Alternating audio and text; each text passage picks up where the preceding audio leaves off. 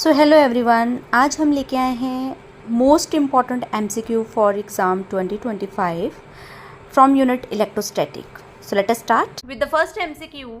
The electric potential due to a point charge that is minus Q at a point distance R from it.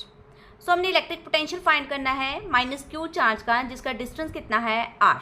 Okay, B find करने के लिए हमारे पास formula होता है 1/4 pi epsilon naught into Q upon R.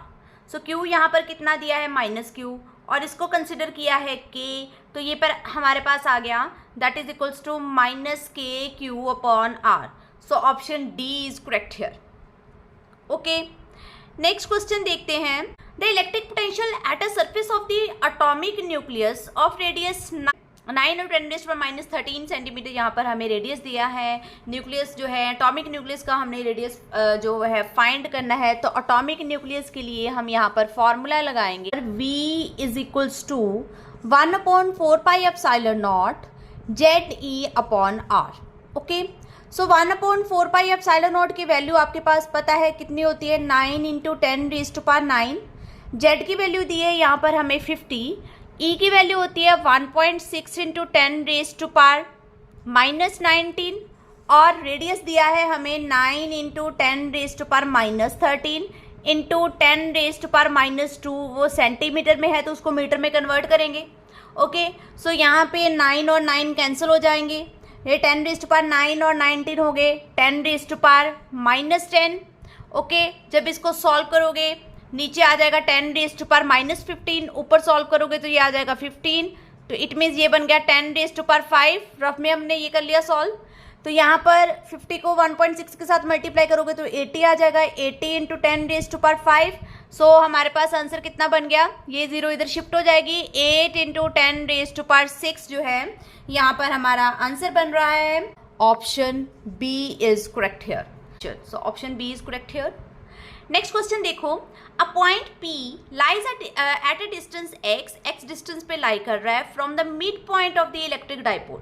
सो electric dipole हम बना लेते हैं that is minus Q charge and यहाँ पर है प्लस क्यू चार्ज. ठीक है, दिस इज द डाइपोल. उसके मिड पॉइंट पे है कोई point P eight a distance x. तो ये भी डिस्टेंस x हो गया, मिड पॉइंट पे है. तो टोटल डिस्टेंस डाइपोल का कितना होता है 2a. क्लियर, ये हो गया. Then the electric potential at a point P is proportional to. जो इलेक्ट्रिक पोटेंशियल P पॉइंट पे आएगा वो किसके प्रोपोर्शनल होएगा. ठीक है, सो ये कौन सा पॉइंट बन गया हमारे पास पोटेंशियल का, एक्सियल लाइन वाला. ठीक है, यहाँ पर एक्सिस के ऊपर ही पॉइंट है P, तो ये एक्सियल लाइन वाला पॉइंट बन गया. तो यहाँ पर एक्सियल लाइन में आप लोगों ने पोटेंशियल किया है कि पोटेंशियल किसके इक्वल होता है, V is equals to 1/4 pi epsilon naught into P dipole upon x square. It means these values are constant and V is proportional to यहाँ किसके इक्वल आ जाएगा, proportional to, inversely proportional to x square. So option A is correct here. तो इस type के question के लिए आप लोगों ने देखना है कि पॉइंट जो यहाँ पर हमें बोला है वो इक्वेटोरियल बोला है कि एक्सियल बोला है. ठीक है, तो एक्सियल में V is proportional to 1/x². ठीक है, तो यहाँ पर option A is correct. Clear. Next question is at a point A there is an electric field is 500 volt per metre. ठीक है, इलेक्ट्रिक फील्ड हमें ई दे दिया 500. ओके, देन इलेक्ट्रिक पोटेंशियल भी हमें दे दिया 3000. The distance between the point charge and A is, जो distance between point charge होगा वो कितना होगा. ठीक है, हमने डिस्टेंस फाइंड करना है तो हम यहाँ पर पोटेंशियल ग्रेडियंट वाला फॉर्मूला भी लगा सकते हैं, सिंपल जो है V वाला फॉर्मूला भी लगा सकते हैं, कोई भी सिंपल फॉर्मूला लगाकर हम सॉल्व कर सकते हैं.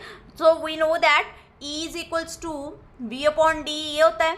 ठीक है, तो D यहाँ पर हमने डिस्टेंस फाइंड करना है तो D आ जाएगा V अपॉन E. ओके, सो V की वैल्यू दी है यहाँ पर हमें 3000 और E की वैल्यू दी है हमें 500. सो यहाँ पर सॉल्व करोगे तो ये आ जाएगा आपका 6. So 6 meter is the answer. So option A is correct here. Sorry, the electric potential on the axis of electric dipole. Axis पे electric potential हमने find करना है. At a distance r from it, center is V. ठीक है, उस centre पे जो potential है वो V है. Then the potential at a point at a same distance on its equatorial line. So equatorial line पे जो इलेक्ट्रिक फील्ड है वो तो एग्जिस्ट करती है, वो तो कोई ना कोई वैल्यू आती है, लेकिन इक्वेटोरियल लाइन पे जो पोटेंशियल है, आपने थ्योरी पोर्शन में पढ़ा है कि इक्वेटोरियल लाइन पे पोटेंशियल क्या होता है, ज़ीरो होता है। सो वी यहाँ पर कितना आ जाएगा, ज़ीरो आ जाएगा। ठीक है, सो ये इस क्वेश्चन में बहुत कन्फ्यूजन होती है बच्चों को कि आपने ध्यान से देखना है कि हमें वी पूछा है कि इलेक्ट्रिक फील्ड पूछा है। ठीक है, तो इलेक्ट्रिक फील्ड को ज़ीरो मत लिखाना कभी। Next question is, the spherical drop of mercury having potential of 0.5 volt is obtained as a result of merging 125 droplet. The potential of constituent droplet would be, potential अपने find करना है। तो ये एक न्यू आपके लिए MCQ होगा कि हमने स्फेरिकल ड्रॉप दिया है मरकरी का, उसकी पोटेंशियल दी है और कितने टोटल मर्ज हो रहे हैं, नंबर ऑफ ड्रॉपलेट कितनी है 125, तो हमने टोटल उसकी पोटेंशियल फाइंड करनी है। तो इस टाइप का अगर MCQ आपके पास आए, ठीक है, तो पोटेंशियल, जो पोटेंशियल होगी of potential of big drop that is equals to potential of small n raised to power 2/3 multiply potential of small drop। ठीक है, इस टाइप के क्वेश्चन के लिए आप ये फॉर्मूला लगाओगे और n हमें दिया है 125 और पोटेंशियल ऑफ बिग ड्रॉप आपको दी है दैट इज 2.5 वोल्ट। ठीक है, तो यहाँ पर हम वैल्यू सब्सटीट्यूट करेंगे, ये आ जाएगा 2.5 that is equals to n हमें दिया है 125 इज रेज टू पावर 2/3 और पोटेंशियल ऑफ जो है स्मॉल ड्रॉप हमने फाइंड करनी है। ठीक है, so potential of small drop हमारे पास फॉर्मूला आ जाएगा 2.5 अपॉन 125 रेज टू पावर, 125 को हम लिख सकते हैं 5 रेज टू पावर 3 इंटू 2/3, ये 3 से 3 कैंसिल हो जाएंगे, 5 रेज टू पावर 2 बचा, तो 2.5 अपॉन 25 आ गया, तो ये हम लिख सकते हैं 25 अपॉन 250, इसको कटिंग करेंगे तो ये आ जाएगा 1/10, सो 1/10 दैट इज 0.1 वोल्ट आंसर। तो ऑप्शन यहाँ पर कौन सा बन रहा है, डी। सो ऑप्शन डी हमारा आ जाएगा D. Clear, so option D यहाँ पर करेक्ट हो जाएगा। Next question, an electric field and electric potential inside the charge spherical shell are. ठीक है, इलेक्ट्रिक फील्ड जो है और पोटेंशियल, सो इनसाइड पूछा है, वेरी इंपॉर्टेंट क्वेश्चन को ध्यान से पढ़ना है, यहाँ पर पूछा है इनसाइड। सो इनसाइड इलेक्ट्रिक फील्ड जीरो होता है, पहली तो ये बात हो गई। ठीक है, इनसाइड हमेशा इलेक्ट्रिक फील्ड क्या होगा, जीरो होगा, but electric potential is not zero. तो इलेक्ट्रिक पोटेंशियल सेम होता है, ठीक है, बट जीरो नहीं होता है, कोई ना कोई वैल्यू आएगी उसकी, कांस्टेंट होता है यहाँ पर इलेक्ट्रिक पोटेंशियल। सो यहाँ पर हमारे पास तो सी तो डी तो बिल्कुल ही गलत है क्योंकि ई यहाँ पर नॉट इक्वल्स टू जीरो लिखा है, तो inside this spherical shell electric field तो जीरो होता है। ठीक है, सो पोटेंशियल की अगर बात करें तो फर्स्ट में जीरो बोला है, ये गलत हो गया, तो हमारा ऑप्शन बी जो है वो करेक्ट होगा। So option B is right here. Okay, so next question is, the potential on the hollow sphere of radius 1 meter is 1000 volt, then potential at 1/4 meter from the center of the sphere is। तो यहाँ पर होलो sphere दिया है, पहले तो आपने ये point देखना है कि स्फीयर कौन सा है। ठीक है, तो स्फीयर है हमारा होलो, ठीक है, रेडियस उसका 1 है, उसकी पोटेंशियल इतनी दे दी है, then the potential of 1/4 metre of the centre, 1/4 metre of centre पे चले जाओगे तो कोई फर्क नहीं पड़ेगा क्योंकि जो पोटेंशियल होता है, the potential at any point inside the charge hollow metallic sphere is same as that of its surface. तो जितना सरफेस पे उसका पोटेंशियल होगा उतना ही इनसाइड होगा फॉर होलो स्फीयर। सो कितना पोटेंशियल है, पहले 1000 वोल्ट, तो यहाँ पर भी 1000 वोल्ट होगा, तो आंसर क्या आएगा यहाँ पर, A option is correct here. Okay, next, in the case of charged metallic sphere potential changes with respect to distance r from the center as। ठीक है, पोटेंशियल का r के साथ हमने रिलेशन बताना है। ठीक है, V और r का रिलेशन बताना है। सबसे पहले जब V और r जो है इनसाइड होते हैं, या ऑन द इनसाइड जो है वो कितनी आएगी, inside and on the surface. ठीक है, सरफेस के ऊपर, ठीक है, इनसाइड और सरफेस पे, ऑन द सरफेस और इनसाइड, ये वैल्यू क्या होती है, दोनों की पोटेंशियल क्या होती है, कांस्टेंट सेम होती है। तो यहाँ पर तो कांस्टेंट वैल्यू आ गई जब तक वो आर रेडियस अपीयर नहीं कर लेती।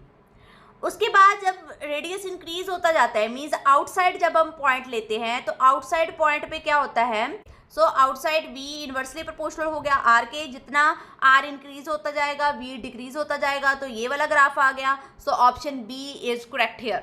सो आपने याद रखना है कि पोटेंशियल ऑन द सरफेस और इनसाइड द सरफेस, ठीक है, यहाँ पर क्या होगा स्फीयर के, वो कांस्टेंट होगा, इसलिए वहाँ पर कांस्टेंट ग्राफ आ गया, ठीक है। इनसाइड और जितना रेडियस था, जब तक रेडियस अटेन नहीं कर लेता तब तक कांस्टेंट ग्राफ आएगा। After that outside the sphere यहाँ क्या होगा, डिक्रीजिंग ग्राफ, क्योंकि ये इन्वर्सली प्रोपोर्शनल है। सो ऑप्शन बी यहाँ पर करेक्ट होगा। सो 3 चार्जेस यहाँ पर हमें दिए हैं, +2q, -q and -q lie at the vertex of triangle, ठीक है। तो जहाँ पर ट्राइंगल दी हुई है, ट्राइंगल पे जो है +2q, ठीक है, -2q, -q एंड -q, ठीक है, ये हमें यहाँ पर चार्ज दिए हैं, ठीक है। What is the value of E and V at the centroid of the triangle, तो सेंट्रॉइड यहाँ पर होगा, सेंट्रॉइड QE से जो है इनवर्ड हो गई इलेक्ट्रिक फील्ड, यहाँ पर भी नेगेटिव है तो इनवर्ड होगी इलेक्ट्रिक फील्ड, ये पॉजिटिव है तो यहाँ से आउटवर्ड होगी इलेक्ट्रिक फील्ड। तो इलेक्ट्रिक फील्ड की यहाँ पर हमारे पास कोई ना कोई वैल्यू तो आएगी। पोटेंशियल देखते हैं। सो पोटेंशियल यहाँ पर क्या आएगा हमारे पास, electric field is not equals to 0, क्योंकि 0 में वैल्यू तो दी नहीं है तो सॉल्व करने की जरूरत नहीं है। Electric field E is not equals to 0। अब देखते हैं पोटेंशियल क्या होगा। सो पोटेंशियल अगर हम इस पॉइंट की बात करें तो यहाँ पर पोटेंशियल होगा दैट इज K2q/r, ओके। इस पॉइंट पे बात करें तो यहाँ पर होगा -KQ/r। इस पॉइंट की बात करें यहाँ पर भी होगा -KQ/r, ओके। ये हो गया -KQ/r, -KQ/r, ये बन गया 2KQ/r, ये इसके साथ कैंसिल हो जाएगा। तो v यहाँ पर कितना आ रहा है सेंट्रॉइड पे 0, ठीक है। v सो ये है आज के 10 MCQ। I hope you understand. ऐसे ही और वीडियो देखने के लिए हमारे चैनल को सब्सक्राइब करें, वीडियो को शेयर करें और वीडियो को लाइक जरूर करें। Thank you so much. So option C यहाँ पर करेक्ट है, जिसमें